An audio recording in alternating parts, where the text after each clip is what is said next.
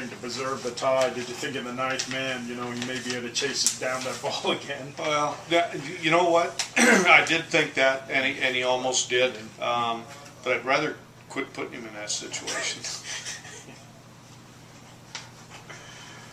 Did you figure tonight would be a kind of a low-scoring game, considering the quality of the both pitchers? Well, yeah, without a doubt, and with the quality of their pitchers, I mean the numbers their pitchers put up, they're all going to be low-scoring games. So you better play a good game, and we didn't play a very good game, and that's the difference. How good or how different was Redmond this time as opposed to the last time? Well, you know, I had forgotten about that until about halfway through the game. When you play 144 games in a year, one game's not going to stand out. Mm-hmm. You know, I thought we had some decent at-bats at times. I thought we worked him. I mean, he's, you know, he doesn't throw the same pitch twice, so he can be difficult. You have to be patient, and that's not a forte some of our guys have, is patience.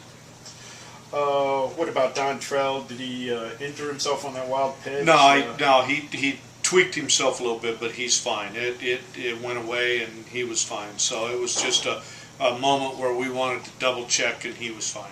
Looked like he had his best fastball. Maybe, I'm not sure, of the season. He topped out on the stadium gun at like 97. Well, yeah, but only when he needed it. That's the whole key. You know, he's shown that other places when he needs it. When he needs to step it up, he's still got that 90, 94, 95, 96. And that's what a good pitcher does. And it doesn't get any easier tomorrow with, you know, possibly the best pitcher in the league. They got a good pitching staff. There's no doubt. If he's better than the two guys we just seen, then you know we'll see you tomorrow. You know much about him, or? I mean we haven't seen him all year, so we'll see tomorrow. And you know you never know. Obviously he's got a loss, so that's a positive. Just sort of as an aside, just out of curiosity, what would you say is like the most authentic baseball film? I tried to. Wow. Segue. Well, going back at Bull Durham. And really, that strikes you as like how it. A lot of the stuff, yeah. Why in particular? What back seems real? Travel on the buses. I mean, I traveled on buses just like that. You know, turning the sprinklers on the field. I've known that to happen. I've been on a team where that happened. So, you know, I've not been. I love Field of Dreams. That's my favorite. But you know, I don't think playing in cornfields. You know, you're talking realistic. Bull Durham. What's the most unrealistic baseball where you said no way that's not how it is at all? Well,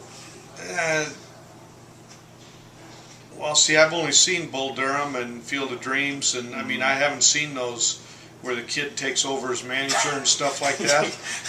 You know, now if it was a radio announcer or an owner, that's been done. You know, the radio announcer comes out of the booth. I've been involved in that one a couple times.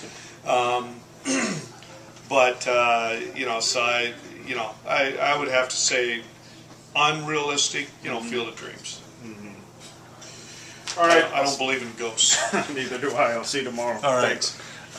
Brad Boxberger made his debut tonight. What'd you think of his I thought he performance threw tonight? well. It was not an easy situation I put him in, and I felt I just had no choice. I needed to pitch him. I had planned on starting an inning, but shoot, by the time, you know, as good as Dontrell pitched, you know, I just figured that would be the best opportunity, and I put him in a tough situation, and he met the challenge, pitched well. You said you didn't plan to do that, but is that something you like to do and show confidence in those young guys to put them in the fire right away? No. Well, putting him in a game is putting him in a fire.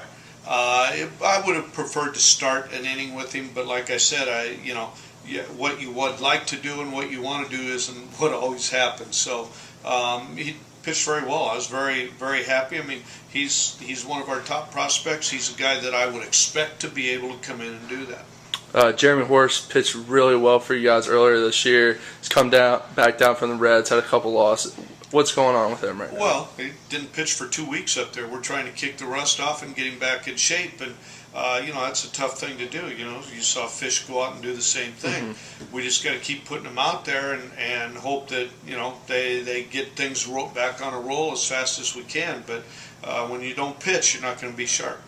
Is there any concern with the offense right now, or are you guys just running into really good pitching? Well, there's a concern. Anytime you rely on your offense, and it's an offense like we have, which is power, as hot as you are, you're going to get cold too. That's not a thing that if you try to rely on that for the whole year, especially young guys like we have, you're gonna have hot and cold periods. You need to have pitching to pick those cold periods up, and that's what we're trying to do right now.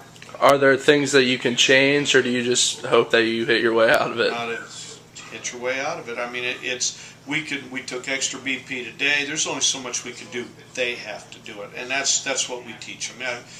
There's nothing, we can't give them a pill or you can shoot, you can hit for an hour. They look great in batting practice. You got to be able to take your batting practice into the game, and that's individual. That's here and here, and that's your confidence, and that's what we're working on.